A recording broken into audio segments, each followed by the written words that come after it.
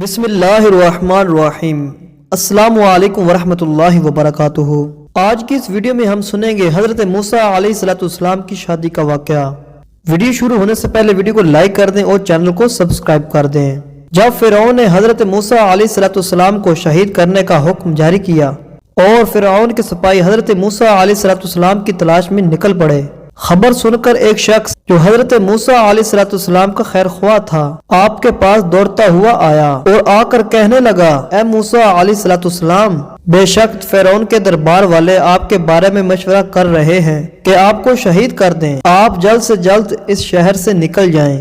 اس پر مجبوراً حضرت موسیٰ علیہ السلام نے شہر سے نکل جانے کا فیصلہ کر دیا اور وہاں سے مصر کی سرحدیں پار کرتے ہوئے مدین جانے کا فیصلہ کیا۔ مدین وہ مقام تھا جہاں حضرت شعیب علیہ السلام رہا کرتے تھے اور وہ اللہ تعالیٰ کے نیک بندے اور پیغمبر تھے۔ مدین ایک صحرائی بستی تھی اور یہ بستی فرعون کی سرحد سے کافی دور تھی۔ جب موسیٰ علیہ السلام مصر سے روانہ ہوئے تو آپ کے پاس نہ کوئی اچھی سواری تھی، راستے میں درختوں کے پتے اور زمین پر سبزوں کے سوا اور کچھ بھی نہیں تھا۔ حضرت موسیٰ علیہ السلام کئی روز تنہا چلتے رہے۔ یہ راستہ وہ تھا آپ نے کبھی نہ دیکھا تھا اور نہ ہی کبھی طے کیا تھا۔ حضرت موسیٰ علیہ السلام مسلسل 8 روز یوں ہی چلتے رہے، یہاں تک کہ آپ کے پاؤں میں چھالے بن گئے۔ ان حالات میں اللہ تبارک و تعالی نے فرشتوں کے ذریعے آپ کی رہنمائی اور مدد فرمائی اور حضرت موسیٰ علیہ السلام کو سیدھا راستہ دکھایا۔ اس طرح حضرت موسیٰ علیہ السلام مدین پہنچے۔ مدین پہنچ کر آپ شہر کے ایک کنارے ایک کنویں کے پاس تشریف لائے، جس کنویں سے وہاں کے لوگ پانی لیتے اور جانوروں کو سیراب کرتے تھے۔ وہاں پر آپ نے ایک لوگوں کے گروہوں کو دیکھا کہ وہ لوگ اپنے جانوروں کو پانی پلا رہے ہیں۔ ان لوگوں سے علیحدہ آپ نے 2 عورتیں دیکھی۔ عورتوں نے اپنے آپ کو اس طرح سے روک رکھا ہے کنویں کے لوگ پانی پلا کر جائیں، کنواں خالی ہو تو اپنے جانوروں کو پانی پلائیں۔ حضرت موسیٰ علیہ السلام بہت ہی رحم دل تھے۔ حضرت موسیٰ علیہ السلام کو ان عورتوں پر رحم آ گیا۔ اس کے بعد حضرت موسیٰ علیہ السلام آگے بڑھے اور کنویں کے پاس گئے۔ کنویں کے پاس جو لوگ کھڑے تھے ان کو اپنے پیچھے دھکیل دیا اور کہا، تم لوگ کیسے لوگ ہو، اپنے سوا اور کسی کی پرواہ نہیں کرتے۔ ان چرواہوں نے حضرت موسیٰ علیہ السلام کو غور سے دیکھا تو وہ سہم گئے۔ حضرت موسیٰ علیہ السلام ان کو قیمتی سردار لگ رہے تھے اور جسمانی طور پر بھی آپ علیہ السلام لمبے چوڑے اور جرأت والے آدمی تھے، لہذا چرواہے خاموشی سے پیچھے ہٹ گئے اور ان لوگوں نے اس ڈول کو حضرت موسیٰ علیہ السلام کو ہاتھ میں دے کر کہا، جی اگر آپ پانی نکال سکتے ہیں تو نکال لیں۔ ان لوگوں نے حضرت موسیٰ علیہ السلام کو تنہا چھوڑ دیا۔ اس وقت آپ بہت تھکے ہوئے لگ رہے تھے اور آپ کو بہت بھوک لگ رہی تھی۔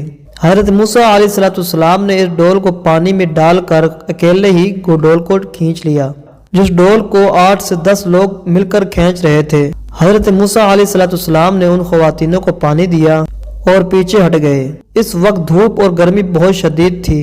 حضرت موسیٰ علیہ السلام نے کہیں روز تک کھانا بھی نہیں کھایا تھا اور سر چھپانے کے لیے اور کوئی راستہ بھی نہ تھا، اسی لیے حضرت موسیٰ علیہ السلام تھکان سے چور ہو کر کسی درخت کے سائے تلے بیٹھ گئے۔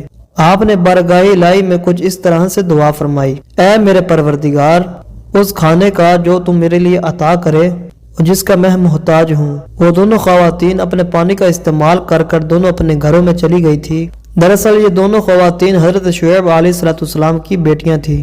جب وہ روز کی نسبت اس دن گھر میں جلدی آئیں، حضرت شعیب علیہ السلام نے پوچھا کہ اے میری بیٹیوں، آج اتنا جلدی کیسے آ گئی؟ انہوں نے فرمایا، کنویں کے پاس ہمیں ایک نیک مرد ملا تھا، اس نے ہماری مدد کی اور ہمارے جانوروں کو سیراب کر دیا۔ اس پر حضرت شعیب علیہ السلام نے فرمایا کہ تم جاؤ اور اس نیک مرد کو میرے پاس لے کر آؤ۔ ان میں سے ایک شہزادی چہرے کو کپڑے سے ڈھکے ہوئے اور شرماتی ہوئی حضرت موسیٰ علیہ السلام کے پاس گئی۔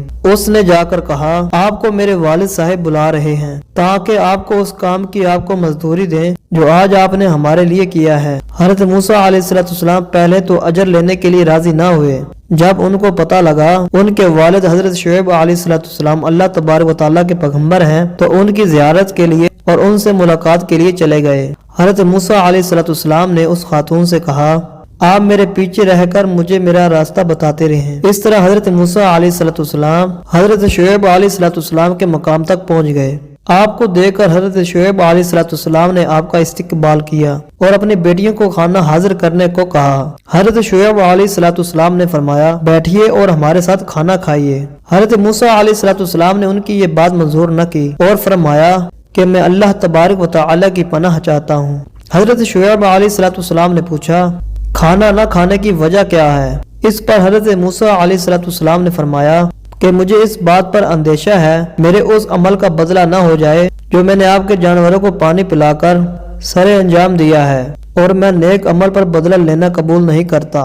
حضرت شعیب علیہ السلام نے فرمایا کہ اے جوان ایسا کچھ نہیں ہے، یہ کھانا آپ کے عمل کے زواج میں نہیں ہوگا بلکہ یہ میری اور میرے خاندان کی عادت ہے، اور ہمارے ہاں رواج ہے کہ ہم مہمان نوازی کیا کرتے ہیں اور مسافروں کو کھانا کھلاتے ہیں۔ یہ سن کر حضرت موسیٰ علیہ السلام بیٹھ گئے اور آپ نے کھانا تناول فرمایا، اور جب آپ نے کھانا کھا لیا حضرت شعیب علیہ السلام کی ایک بیٹی نے فرمایا ابا جان آپ اس کو ملازم رکھ لیں، یہ ہماری بکری چرایا کرے گا اور یہ کام ہمیں نہ کرنا پڑے، اور جب اچھا ملازم وہی ہوتا ہے طاقتور بھی ہو اور امانت دار بھی ہو۔ حضرت شعیب علیہ السلام نے اپنے شہزادی سے فرمایا کہ تمہیں ان کی قوت اور ایمانداری کا علم کیسے ہوا؟ خاتون نے کہا قوت تو اس سے ظاہر ہوتی ہے، انہوں نے کنویں سے ڈول کو اکیلے ہی کھینچ لیا جس ڈول کو 10 آدمی نہیں کھینچ سکتے، اور امانت اس سے ظاہر ہے انہوں نے ہمیں دیکھ کر اپنا سر جھکا لیا اور نظر نہ اٹھائی،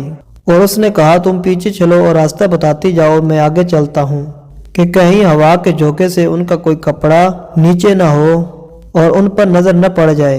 یہ سن کر حضرت شعیب علیہ السلام حضرت موسیٰ علیہ السلام سے بہت متاثر ہوئے، اور کچھ دیر سوچنے کے بعد حضرت شعیب علیہ السلام نے حضرت موسیٰ علیہ السلام پیشکش کی۔